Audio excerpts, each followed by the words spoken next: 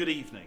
On tonight's episode of Talking Paranormal, we'll be exploring the ghosts that live within the walls of what many claim to be England's most haunted city. We'll be speaking to a paranormal expert to find out more. And I will be exploring the York Medical Society and seeing what its dark history has to offer.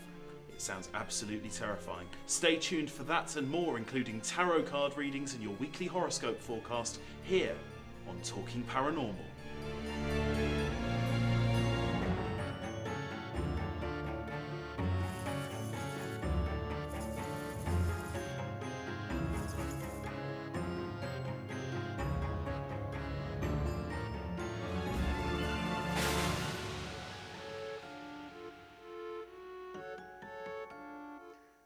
Welcome to Talking Paranormal, the show where we explain the unexplained. Join us tonight as we explore the unknown, from ghosts to horoscopes and tarot card reading. But first, it's over to Abdullah for your weekly forecast. Thank you, Maddie. Welcome to your weekly Zodiac Forecast. It looks like we're heading towards a new moon on the morning of the 3rd of June, perhaps offering us the opportunity to experience radical changes. So, let's have a look at what this could potentially mean for you. Aries, you're in for a treat, and a seemingly financially prosperous one. I can see this as Jupiter spends its first full month in the sign of Taurus. Fellow Scorpios, now that we've made it through eclipse season, it's time to let our inner child take the lead. Does this mean I can get the Nintendo DS back out? Cancer, your birthday season is coming up soon, but ahead of this, the Sagittarius full moon on the 3rd of June encourages a time to reflect upon your routine. Perhaps you're feeling slightly burnt out. For the Aquariuses out there, the Sagittarius full moon on the 3rd of June may have prompted a wake-up call. It looks like it's time for you to pursue that creative passion that I know you've been procrastinating. With the full moon on Sagittarius' sign from today, it's time for you guys to be unapologetically selfish. Now is your time to distance yourself from the people who you are constantly giving second chances to. And finally, for the Capricorns, Saturn, your planetary ruler, will experience its first Pisces retrograde in the last 27 years. And the pre-shadow effects this week may have you feeling somewhat self-protective, so consider who and what truly deserves your attention. Sadly, that's all the time we have today, folks, but I'll catch you back here again for next week's forecast. Thank you very much, Abdullah. Now, recently, Abdullah went out to ask locals the burning question that's been on everyone's minds. Is this medieval city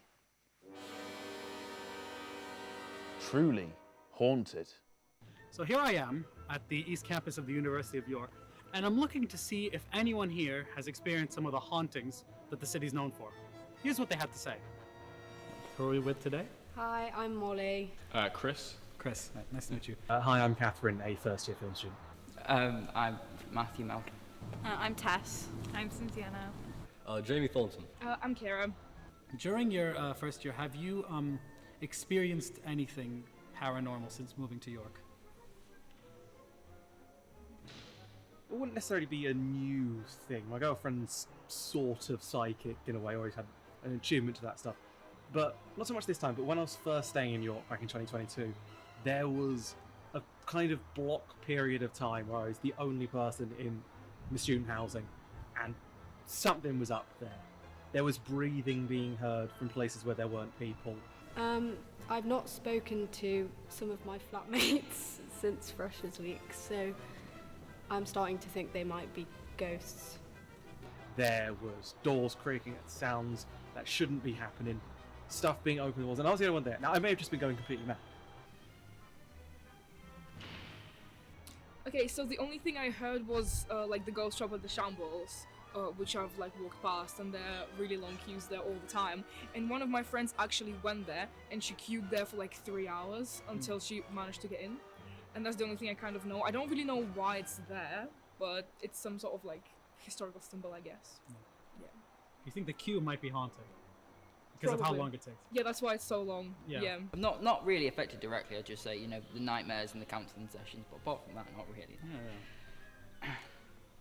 Do you mind elaborating on that? Not really, no. But there's a chance, especially because right next door to the house, there was a graveyard so old, they could not fit any more bodies into it. There's something's up with that place. Have you?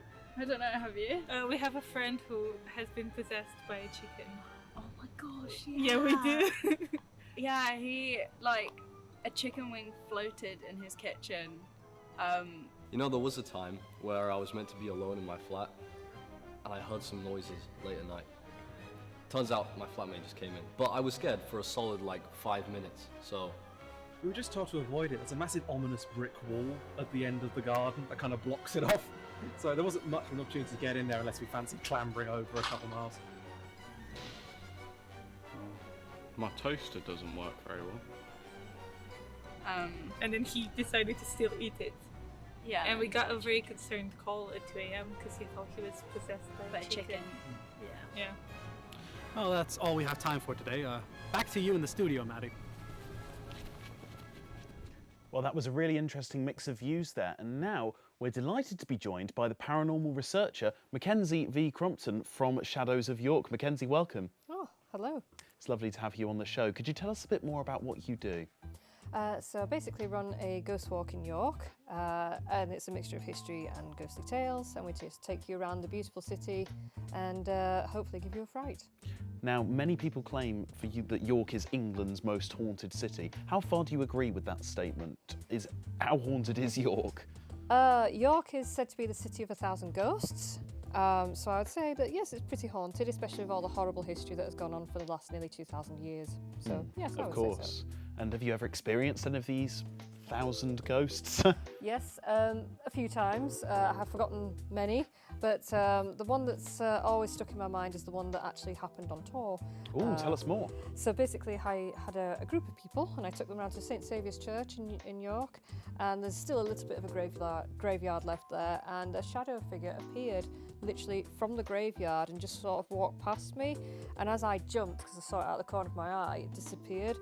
And initially I thought it was a fly, but no, the audience all stood there going, and confirmed that they saw something. Wow, something truly paranormal happening on one of these ghost tours. It sounds, I really want to do one now. It sounds It really doesn't always interesting. happen, but it was a really unique experience. No, of course, and York being such a haunted city, we've got lots of our viewers writing in as well on Twitter saying that they have seen ghosts as well. Here is a haunted tunnel where apparently a spectre was seen. Can you tell us any more about that? Yeah, I used to walk through there to go to work, so it was a bit unnerving, but it actually turned up on local news or national news. Yes, a video of two girls walking home after a night out, and there was a spectre just walking through. You can still see that video on YouTube. Oh wow, I might have to go and check that out after this show. That sounds really interesting. And of course, ghost tours, there's lots of them in York, but you're here with Shadows of York, that's your tour. Could you tell us a bit more about how we can get onto one of those tours if we want to go on a tour? So there's the website, easy to remember, www.shadowsofyork.co.uk, and you can find us on all the social medias, Instagram, TikTok, Facebook, etc. And you just book online, or you can book through TripAdvisor and all the other usual booking markets out there. And it's guaranteed to be creepy, but no guarantee of a ghost, yeah, like no you said at guarantee St of a ghost, but Saviour's. it's guaranteed to be spooky and grim history, so you're just definitely going to walk away thinking, I don't like my city anymore. No, brilliant. Thank you so much for coming on today's show. That's been really fascinating. But now it's time for the moment that I know I've been waiting for. Let's see how Abdullah got on as he went on a spooky ghost tour to investigate the York Medical Society building and its supernatural past.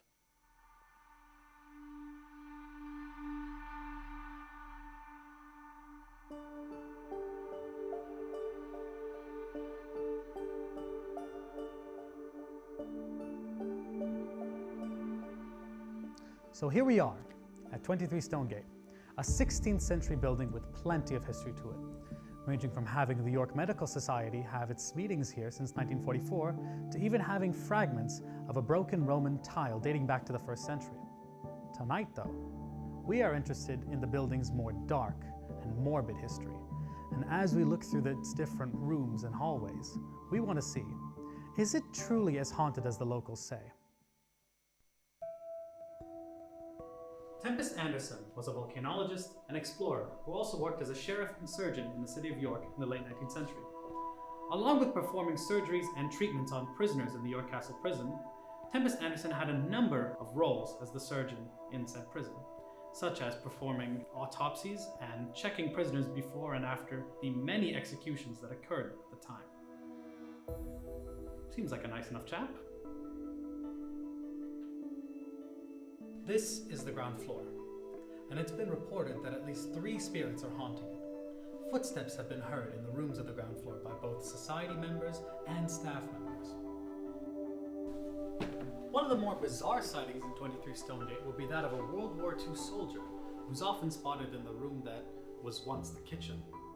Alongside him, people have also reported the smell of tobacco and cigar smoke, which actually I might be getting some hints of.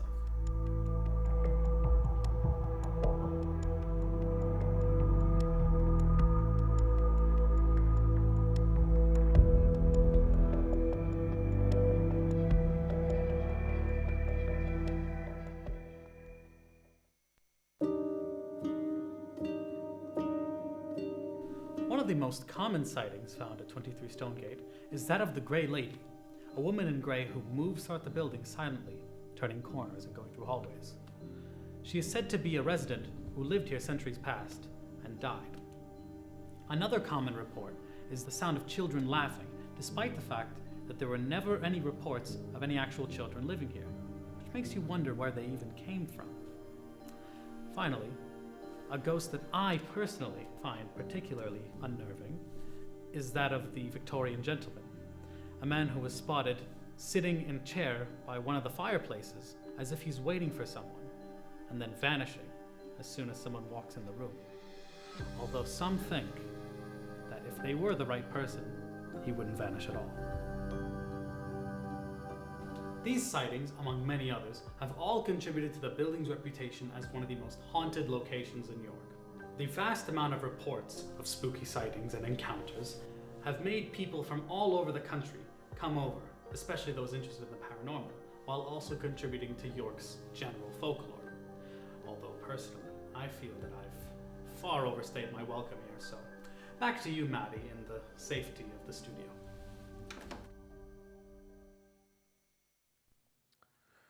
Now that looks truly terrifying, and Abdullah joins me now because I believe you're going to do a tarot reading on me. Yes, I will. Have you had a tarot read on you before? No, I haven't, so you're going to have to explain the process. Yeah. So, first things first, I'm going to need you to ask something of the deck, something you'd like to know about your near future. Okay, so how are my exam results going to turn out? All right. So the way this works is I'm going to place 3 cards, and the first is going to represent your current situation. The second, a potential obstacle, and the third is your potential outcome. Okay, let's do it. So, first one is the Tower. The Tower generally represents something in your life ending or breaking down, something rigorous, something structured, being destroyed in favor of something new being built on top of it. Right, Does that okay. ring a bell? Yes, that does. I won't go into too much detail, but it does make sense, unfortunately. Well, that's where you're currently at now. Yep. So in terms of potential obstacles, we have the Star. The Star generally means having a sense of hope and optimism about the future. And if it's an obstacle, though, you might not see it as very, you might not have said optimism. So. Right, okay, that makes a little bit of sense. So you've got to be optimistic because the Tower's quite a bad card in many senses, but the Star provides a bit of hope for the future. Yeah. And the future? And the future is the Hermit. So the Hermit represents wisdom through sort of self-examination and experience. So you're going to come out of this whole journey relating to your exams feeling much wiser and with a newer perspective. Okay, so while my exams may not end up going to plan at the end of it all, I'm going to come out with a sense of hope and wisdom and be able to reflect on myself a bit more in the future. Yeah. That all seems to make sense, and that's really interesting. And thank you so much for explaining it to me, because I've never had a tarot card reading done before. But unfortunately, that's all we've got time for on today's episode of Talking Paranormal. But join us next week as we attempt to make potions and I interview a real-life witch. Electrifying stuff. We'll see you next week. Bye-bye.